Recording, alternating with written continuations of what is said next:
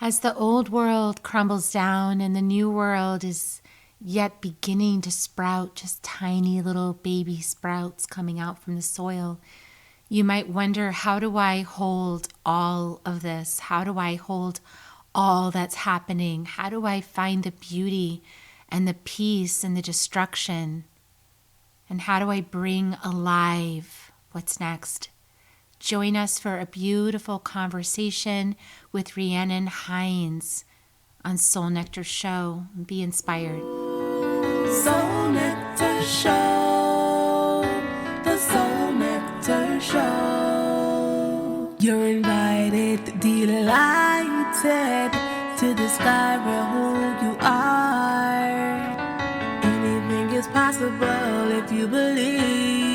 So join us on this beautiful journey. Soul Nectar Show, Soul Nectar Show, Soul Nectar Show. Well, hello and welcome to another episode of Soul Nectar Show, that show where we talk about all things essence, where we gather around the campfire and we share our stories of connection with that which is greater than us, the great mystery beyond the veil, to those synchronistic moments that lead us inexorably to a deeper understanding of ourselves and the world and what we're doing here on the planet at this time of great awakening and the chaos. And I'm your host, Carrie Hummingbird.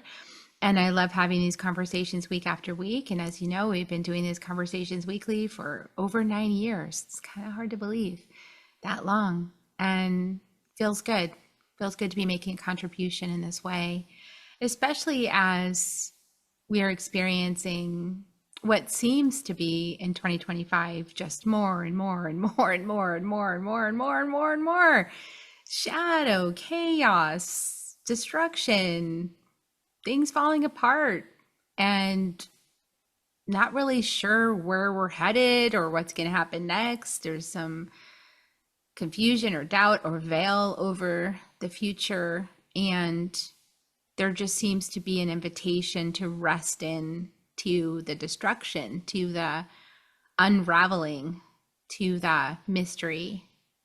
I heard somebody the other day liken this time, which I thought was a really beautiful metaphor, to a womb, like in terms of the United States and the country I live in, where we're heading into so much tumultuousness this year, and thinking of it like a womb, thinking of it like the actual country is now being formed. That's kind of a nice idea. But there's also this sense of that destructive piece, that falling apart in order to create a new.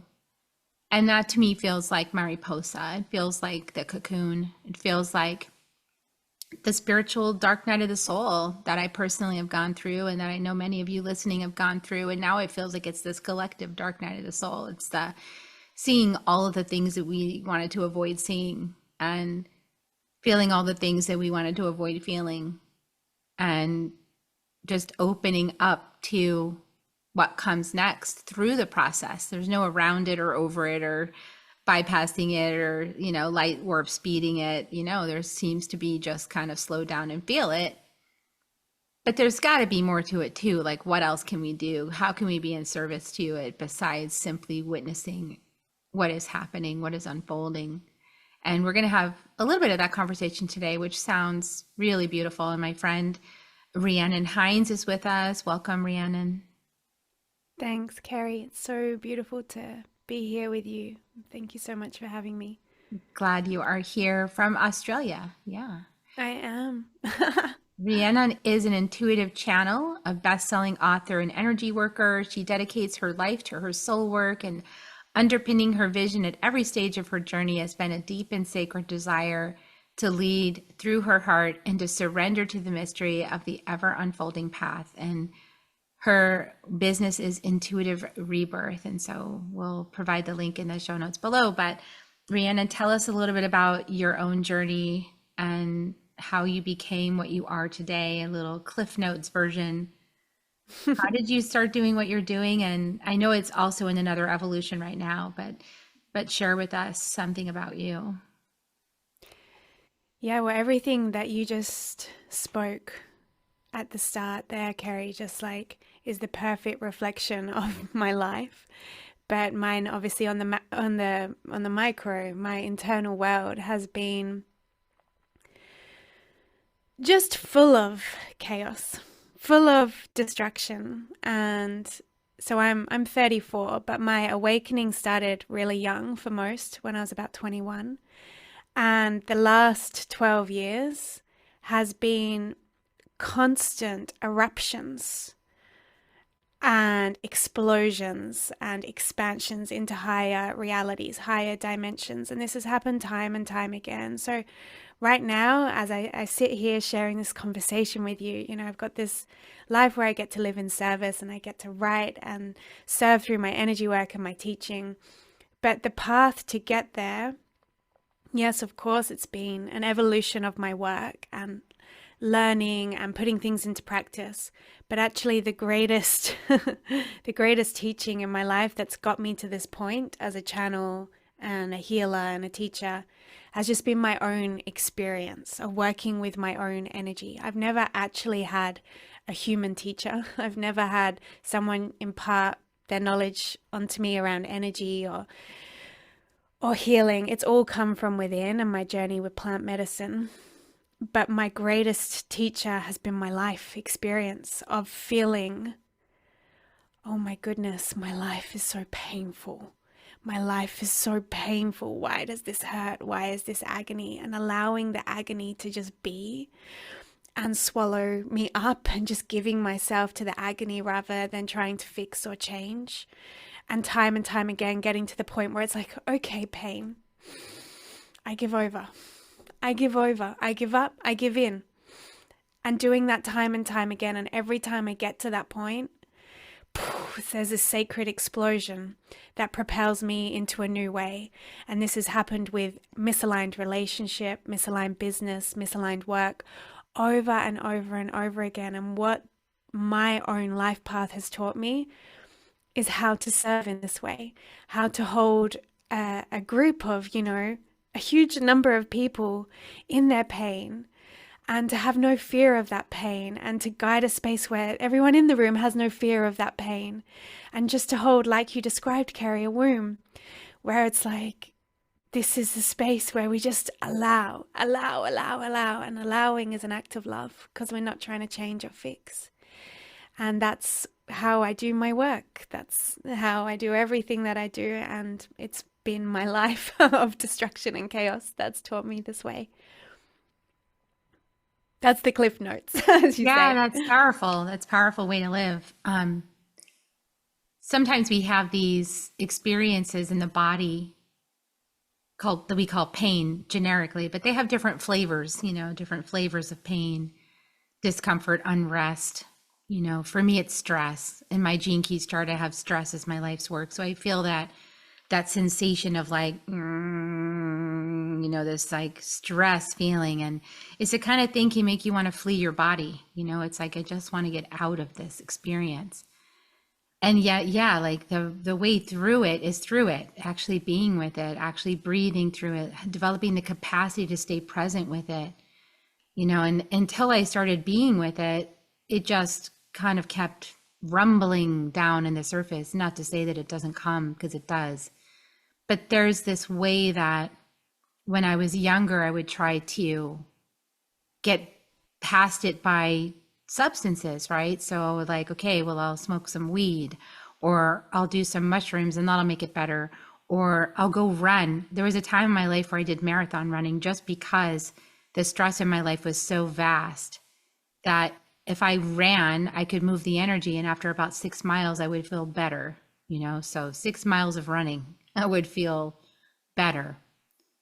But there's like this way that I've been learning in this chapter of my life to cultivate the capacity to stay present with it without distracting from it, without moving away from it, noticing it's there, breathing into it, and just allowing it to be there.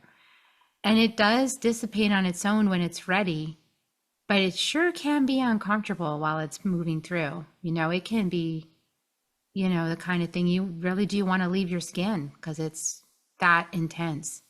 Is that the kind of experience that you've also had? Yeah, I mean, I've definitely had a lot of anxiety, that like high frequency stress where you're just vibrating. And in my early stages of my awakening, that was like definitely something that I experienced a lot. And I think that was, let's just make this woman feel everything that she can possibly feel to hopefully kickstart her out of this dream that she's in. But now for me, that pain, my flavor of pain that I experience frequently, well, not frequently, but when there's a time to go within and reflect and feel what's evolving, for me, it's like a really painful boredom. It's like, is it like, what now? Like, I'm so bored of this. Like, give me the next thing. Mm. This painful boredom that makes me want to speed up my life, that makes me want to take action and create something new or birth something new or do something just to make the next chapter hurry up. And I think what you describe with that anxiety, that, well, it's, you didn't use that word, but that stress, and mine with this kind of boredom, these are default states for most of humanity.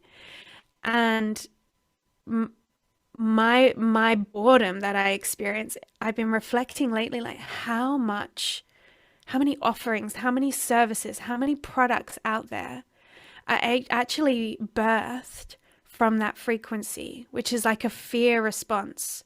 It's a fear that this moment isn't enough. This moment isn't going to give me everything I need. And when I feel it, and my default pattern is to act, create, create a new event, create a new product, create a new website, or whatever it is. Now it's like I'm sitting with it. Okay, well, if I birth now from this discomfort with the present moment, this fear of this moment not being enough, then anything I birth comes from fear. Oh, and that sits really uncomfortably in my body. So I'm like, oh, what does love do? Love allows this moment to be exactly as it is. And when I get back to that space, then I come back to the day, and like you described, Carrie, it's like the medicine for whatever it is, stress, boredom, whatever flavor of pain it is. The medicine is just the allowing and the being, and any action that we take to try and fix, that action is going to be coming from a state of fear. That the moment, that the energy, that the way we are in the present isn't enough, and that we are fundamentally not love. So allowing and just being and breathing with and just saying, okay, stress, I'm with you. Okay, boredom, I'm here. That's all we can do. And in doing that, we transform time and time again. Yeah, it's amazing to me too on this journey because I'm aware that the overall prophecy of this time from the Native American perspective is the time of the eagle and the condor. So it's the time when the eagle and the condor fly in the sky together. And the condor would be the heart consciousness, the community consciousness of the Southern Hemisphere, the indigenous consciousness. And the eagle consciousness would be the mind consciousness, the one that created societies and structures, the masculine mind, creating all these beautiful things. We can talk on technology, this is a blessing. But there's a way that it's completely out of balance, right? And so we got to bring it into harmony. And it's amazing to me how whenever I'm in one of those moments where like it's kicked up, right? Like the stress is big or the energy is big, or like this morning I'm at my altar getting huge downloads through my mind while I'm like standing there trying to open sacred space in the way that it takes me like an extra hour because I just can't get through it because it's such a deluge that I'm just like, okay, I can't even move. Like I just have to stand here till I can finish, because I need to finish, but I can't because it's coming through. And I also can't act right now. So I just have to stay. And it's amazing how when I got through all my prayers and I was like, okay, now I'm ready. I know I'm supposed to write something. And it was like blank. And it was like, nope, go sit. So then there was the sitting, literally meditating for hours, like just letting it all assimilate, heal, whatever it's doing, just letting it all do its thing while I just wait for it to do its thing. Because it is doing something important, which is sort of like, feels like a reconciliation of energies. And if you let it happen, on the other side, there's like a peace and a like clarity. And then there's like, okay, now this is the result. Yes, we were giving you those insights because it was important, but it wasn't the right time because things had to reconcile in a certain way for it to come out with the right energy and the right message and the right understanding and the higher frequency versus like whatever I thought it was, when I was in the middle of the downloads and the stress that it was causing. Mm-hmm. Exactly. And the new frequency that you and I and your listeners, the new frequency that we are birthing here on this earth is pure truth. And we are conditioned. We are conditioned by the society, by our lives, to just act because we need to act to be busy because busy is virtuous, to act to be a high achiever because that's virtuous, to get things done, to tick a whole heap of boxes, to rise to a certain standard on whatever hierarchy of, that we've created in our mind of the structure of this order of things. And this new paradigm that we are birthing together, it's pure truth and it's pure love. And right now, the antidote from the frequency that everyone has been living in is pure slowness. Like slowness. And it's really uncomfortable.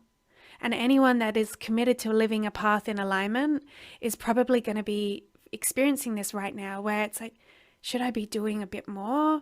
Should I be moving a bit faster? Should I be creating more?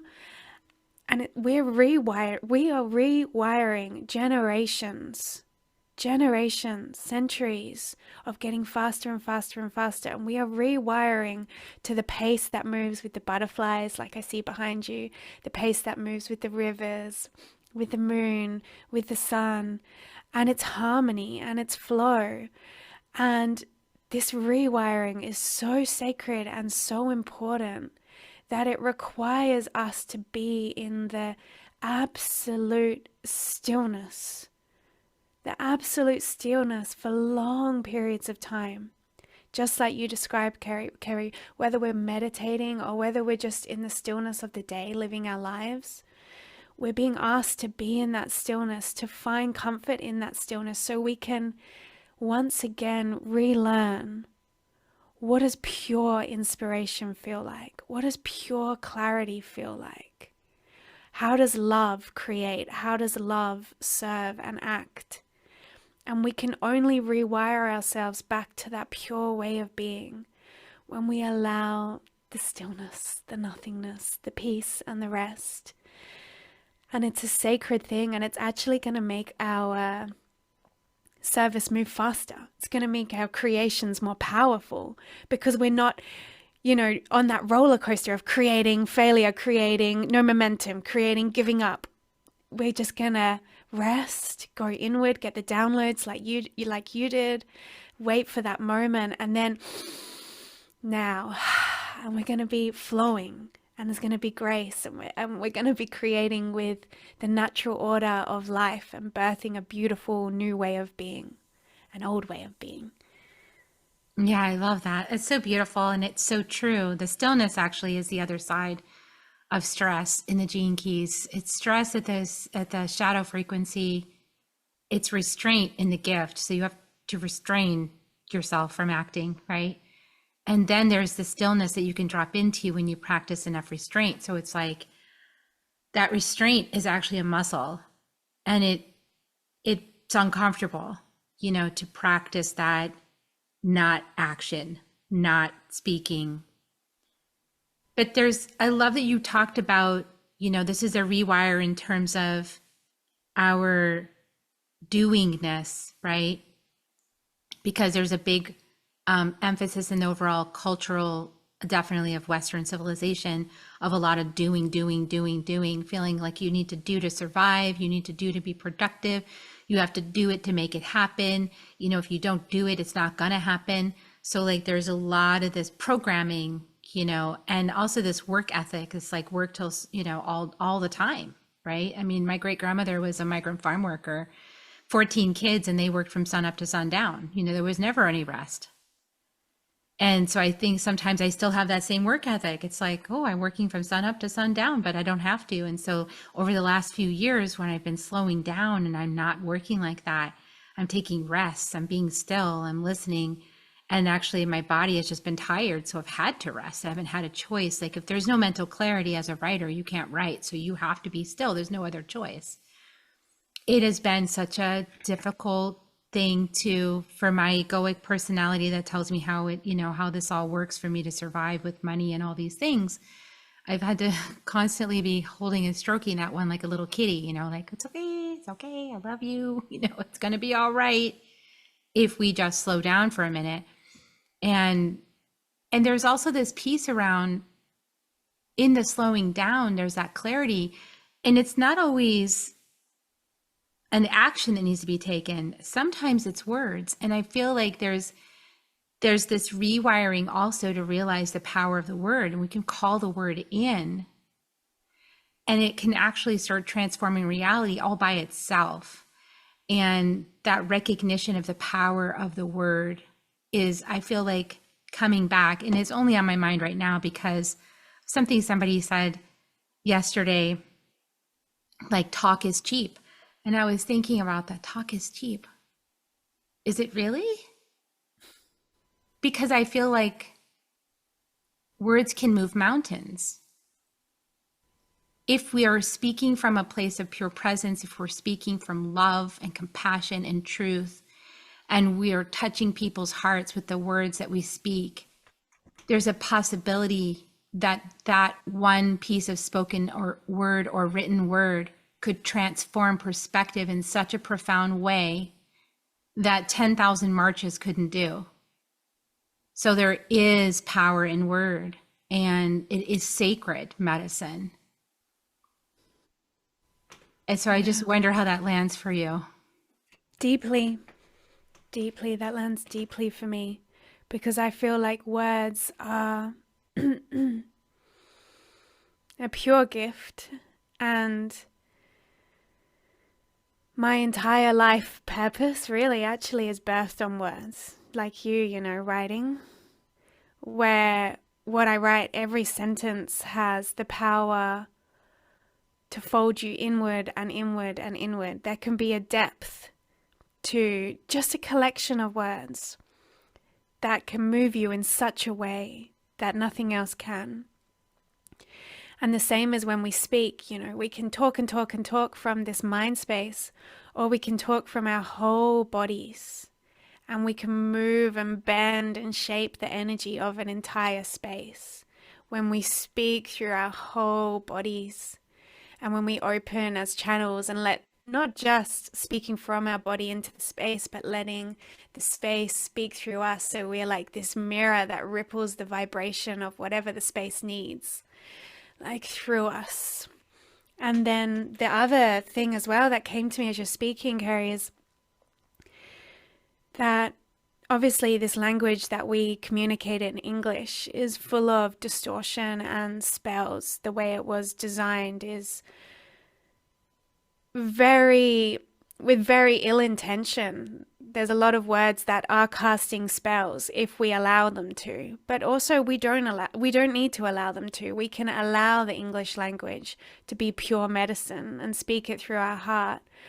And something that is arising within so many awakening souls right now is the ability to communicate beyond the English language, just through pure sound frequency. And a lot of people call this light language, but the word language, I think, needs to be dropped.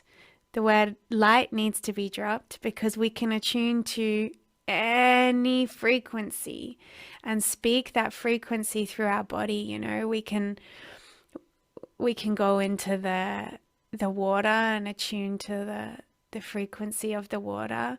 And if we allow ourselves to be open and clear enough, we can have sounds that come through our body, la la la la la, you know, our tongue. If we let our tongue get loose, we can start to communicate the essence of the water to it and through us, and we can become super connected to frequency by allowing these sounds to come through us. And the sounds, the more I hear people letting the earth through their body, this happens a lot in like my sessions and retreat spaces, is people start to connect to the earth and the earth starts to speak through them, and it sounds kind of like tongues, you know, like what you see in the gospel churches, the Pentecostal churches. It sounds kind of like that, like tongues, because the Kundalini speaks in tongues, or these more soft sounds. And there's lots of similar sounds that everyone is speaking.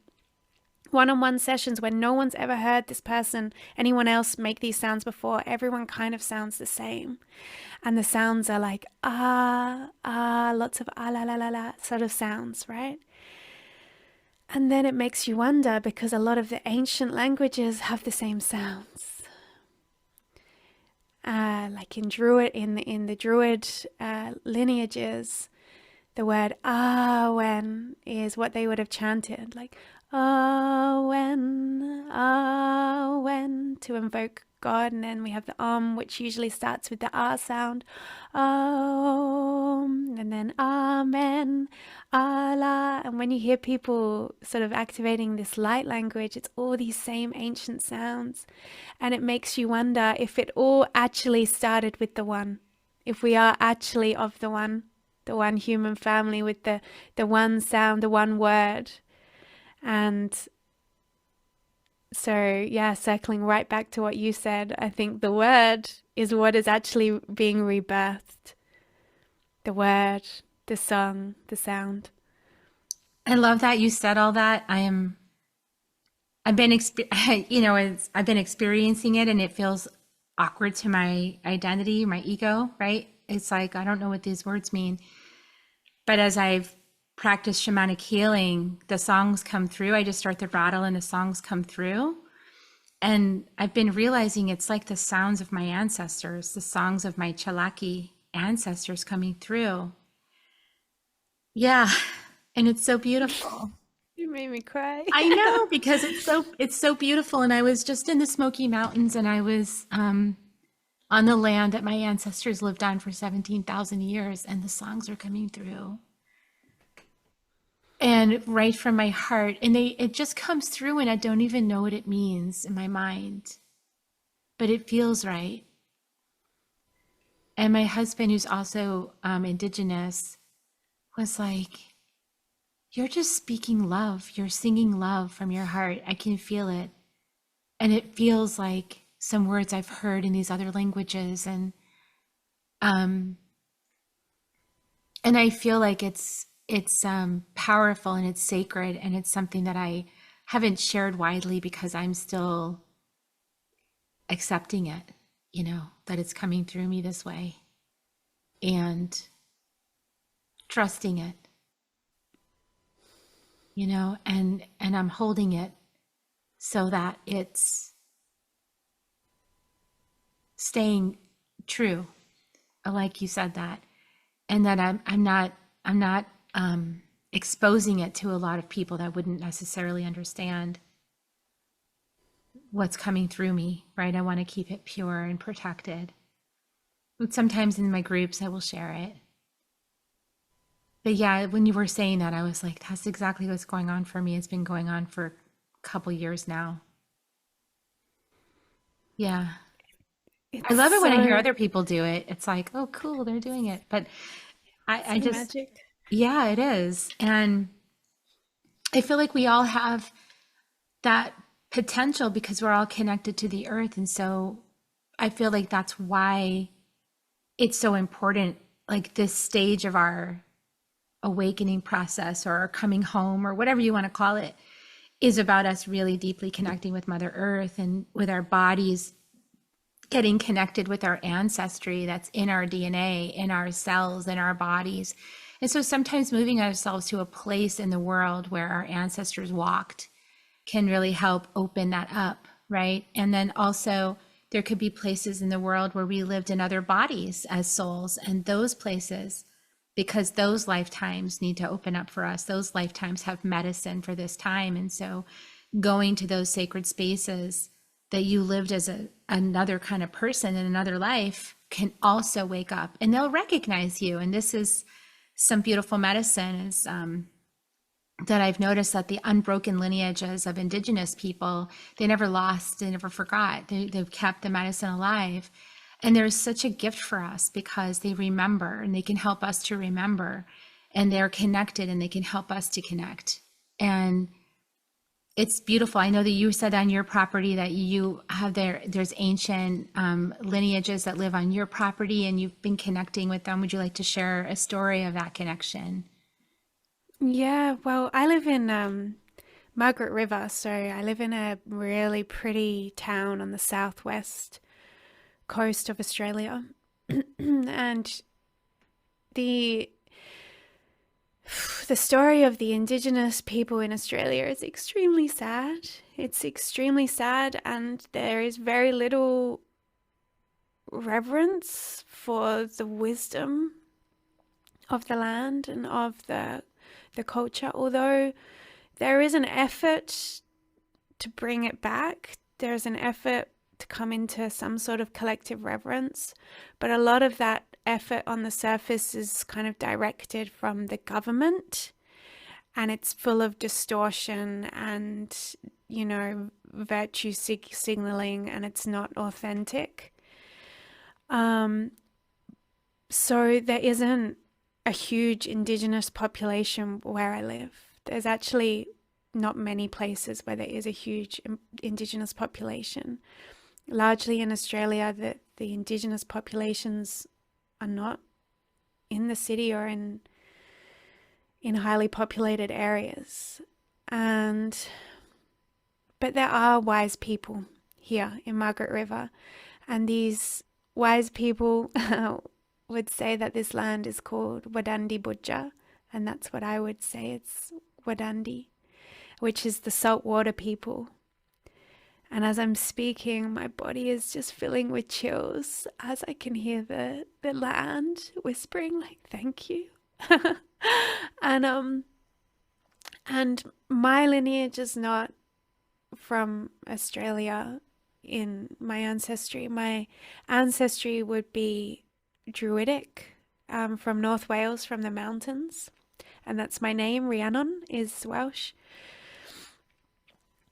And yet here I am on this land in Australia, where there's these wild trees that are so resilient in the harsh summers, that don't lose their leaves in the winter, and they're just big, and they're ancient, and they're wild, and they're intense. They're not like trees that you see in Europe or probably in the States. And there's this ruggedness to the forest. It's not all mossy and perfect. It's, you know, it's this green forest that is met with the snakes of the summer and the harshness of a forest that must endure. And there's an energy that's so unique to this land. And the ancestors of this land, they want to move through anyone that is open and ready. You know, I lived in Bali the whole of last year, and the Balinese are so reverent to the land, generations of deep devotion to their culture. So it's like the land isn't waiting for a heart-opened person to arrive. It's like they're good. But here in Australia, I feel like where I am, the ancestors are so grateful for my attunement. And they're so sweet, and they're so gentle, and they give me messages of how I can work with the land.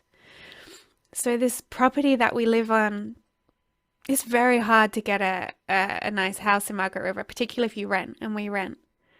And we've been, just by a divine, miraculous intervention, gifted the opportunity to live in a pure artist home on 7 acres with river frontage on this Margaret River. It's like, if you tell the story to someone that lives in this town, it's unheard of. And I feel like we've been guided here because we love the land so much. And I sit and I just have to look at the trees, and I can feel then the wind like kisses me back with a prayer just from me closing my eyes and saying hello. And it's not like we even need to receive these really intense psychic messages to know the ancestors are there. It's like if you just close your eyes and just be and just say like hello through your base, through your body, like hello. Are you here? You will get a bird like fly overhead with the most magnificent sound, or you'll get the trees just rustle and sway in a way that seems like unreal. And the more you do this, then for me, I can hear speech. I can hear them talk to me. And just the other day, as I was walking along the forest that like winds down the river, I heard this message that was like, come into this bit of the forest. And it's not a bit that I would walk because it's not on the path. And to the eye, it's very ugly because there's a lot of bushfires and the trees are all black from previous bushfires. But I went into these black trees and through the untrodden path of the crunchy leaves. And there was this little opening in the river, and it looked like a pond, a little circular pond that had been created by the trees and a little riverbank. And it was like, kneel here. And I had this beautiful divine guidance telling me how to give gratitude to the land by picking up the soil and just holding it and bringing through my prayers of gratitude, how to make wishes with the river by picking up the leaves and like sending a wish with each leaf. And the other day I took my daughters, I have a 4-year-old and a 6-year-old, and I took them down. I said, I've got to show you how we make wishes here. So the more I just open my eyes to see the beauty, it's like the more the ancestors want to give to me. And it just starts with me saying like, hello, thank you, I'm here.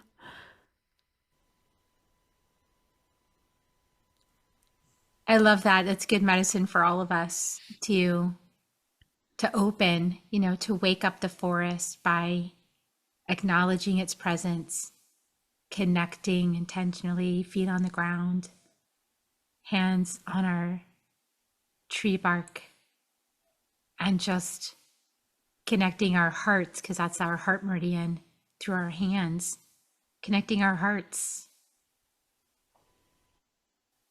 I had this vision one time, and it was years ago, and of course I thought, that's too simple to be true.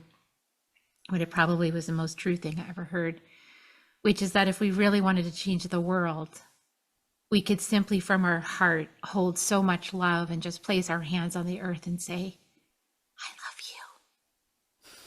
Thank you. And just that. That's it, isn't it? That's it. And we overcomplicate so much on this beautiful path that we're on. Going into these dreams where we think we need to be someone or serve in a certain way for our lives to be worthy. And I feel like when we just are reminded in the moment of the gift of what it is to be in this human body on this sacred, sacred earth paradise. It's all as it needs to be. We are in service. We are aligned. Well, I'm definitely very misty from this conversation. Feel it opening my heart even more. And yeah, it's good medicine. Words are medicine combined with our hearts. And it's a way to move through this time, right? It's a way to move through the destruction and the chaos, and to realize that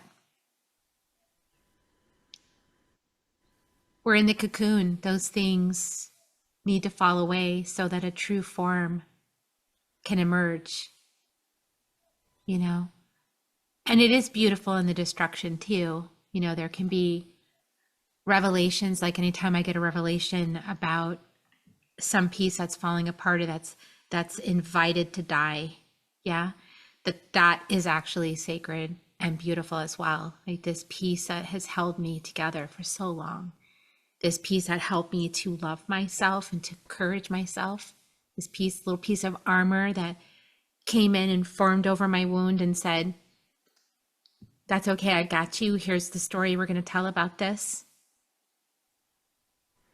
That's sacred. That was sacred protective armor, and I can recognize it now and set it down. I don't need it anymore. But it sure Yeah. did help me when I needed it. And that's just happening left and right across the world right now. We have this massive opportunity to disrobe. And we don't know about those pieces of armor until it's time for them to leave, you know. Of course, those pieces of armor serve us. They serve us, and we view the world and our own reality through the lens of that armor. And that feels like the whole truth until the moment comes where we're ready to see the deeper truth. And all of a sudden that armor feels heavy. And just in feeling the heaviness, that's the medicine that lifts it. And then we see through a whole new perspective, a whole new paradigm. And I think doing this work, our own shadow work of our own armors that we've built up over time, over lifetimes, passed through our ancestry, is a lot. That's enough. You know, that's enough. And we will be feeling the collective, and that's enough. And we don't need to feed it. We don't need to feed it. And I think we're bombarded with so much information. And I remember when I was young, there used to be, my parents, before they awakened, they watched the news, you know, and all the fear and all the information pushed through the news. But even if you don't watch the news now because you've realized it's all lies, perhaps you look at alternative media, there's still the same frequencies there of war, and it's easy to think like, what is going to happen? What is going to happen? Like, this is too much. And I think it is too much. And it's not natural to be confronted with that much information on a day-to-day. And we got to be with what is in our own bodies organically. We got to work with the energy that arises to be healed. And obviously external triggers arise in perfect timing. But we don't need to like stoke the fire more than necessary, because it's too much fear to move through in one time. And I'm just speaking into this because this is something that I was doing like about a month ago, when it was like all that build up about the war, you know, Iran was getting involved, and I was like, holy moly. And then I did a ceremony, an ayahuasca ceremony on the 7th of June, which was, no, 6th of June, because my birthday was on the 7th, with a few beautiful friends. And as I was laying in the ceremony, I went to go to the bathroom, as you do, and I had this message: there's gonna be a war, a world war, you need to prepare. And I was like, what? And it was very strong and angry message, and my body was shaking, and I was like terrified of this message. And then I went and laid back down, and I was like, is that true? And then it was like, well, you're in a state of fear, and nothing that you perceive or receive is ever true when you're in a state of fear.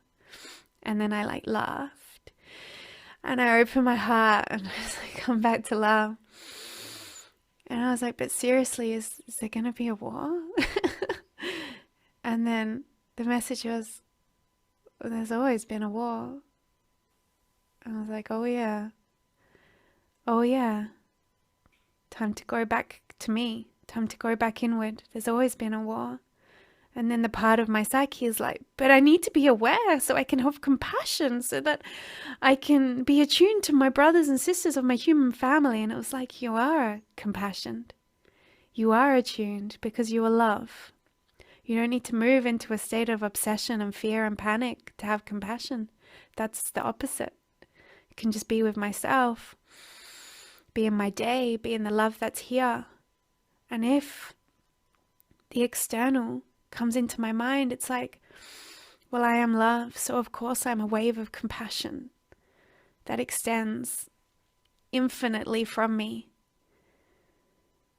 And then in doing that, it's like every layer of the armor that arises, it's like, okay, well, this is true to my reality and what needs to be felt.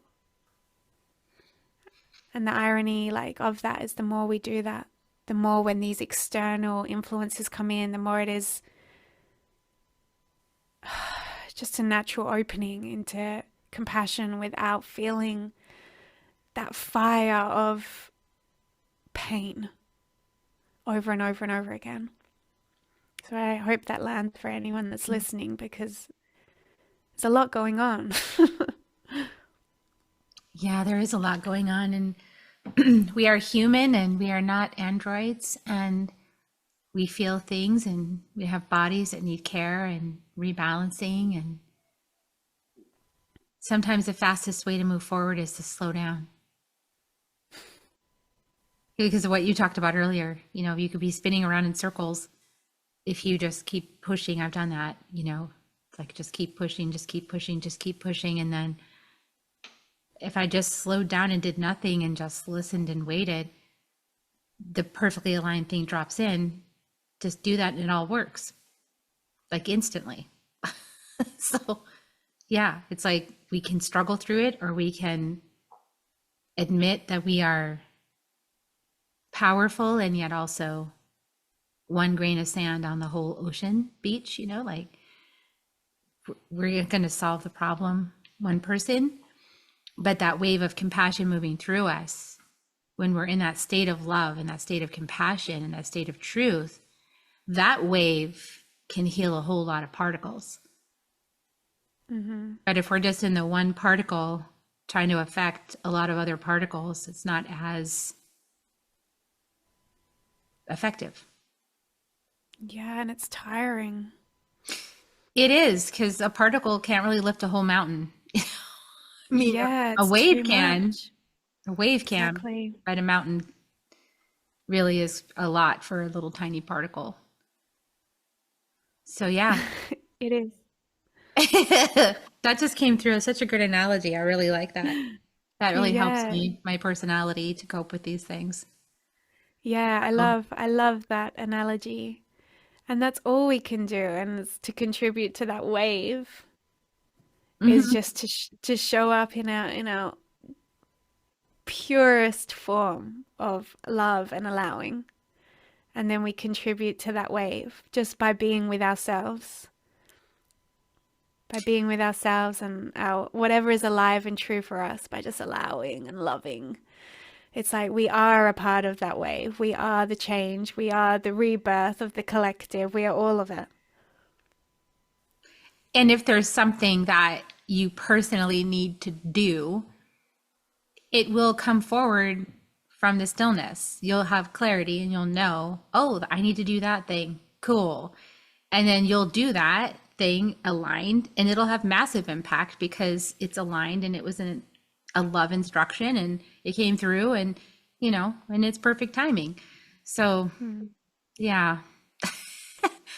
Good stuff, Yeah. Rhiannon. Really beautiful Yeah. conversation. I like that we touched on the things that we meant to talk about, and I love that you came on the show and shared your gifts with us. And I want to invite everybody to check out Rhiannon's website, intuitiverebirth.com. You can check her out there. And I'll put all the other links in the show notes below. Is there anything that you'd like to leave the audience with on our way out the door? Yeah, I would love to leave just a final message that's just coming through me. And it's just that whatever path of awakening and healing we've all been on, it's changing now. and it's ramping up, and it's pushing us even deeper into our places of discomfort. And these places of discomfort are everything you and I discussed: the stillness, the nothingness, the slowing down. And it's our biggest pain point in this Western society. But if you can allow and allow and allow, there's going to be a lot of gifts that arise. You're going to start to feel the love of the earth rise up like a wave through your body. You're going to start to feel a complete recalibration of your throat chakra as you're able to sing and speak these higher frequencies. You're not going to just be connecting to your higher self, you're going to be the embodiment of your higher self, where you're living through your heart and you're connected to the moment and the day. So that's where we are all heading, and we're building a life as a collective, united as these embodied aspects of divinity. So it's a big quantum leap that we're on now. Am I going nuts? Because the gifts are going to feel strong and intense and unexplainable, and the shadows are going to be strong, intense, and unexplainable. And my final message is it's all perfect. It's all perfect, and we're remembering the incredible infinite potential of what it means to be man, woman on this beautiful Mother Earth. So beautiful, so beautiful. Thank you for that transmission. There had a lot of energy and power to it. It was like doing this thing. So thanks for that. Oh, you're so welcome. And yeah, that was gorgeous. I appreciate you. I appreciate your gift, and thank you so much for sharing your medicine and your voice on the show. And for everybody else, please check out Rhiannon, and we're going to give you kisses now. If you'd like to join me, I like to give people kisses at the end of the show, and you can join me with that if you want. So here they come, everybody. Thanks for staying till the end. Here come your kisses.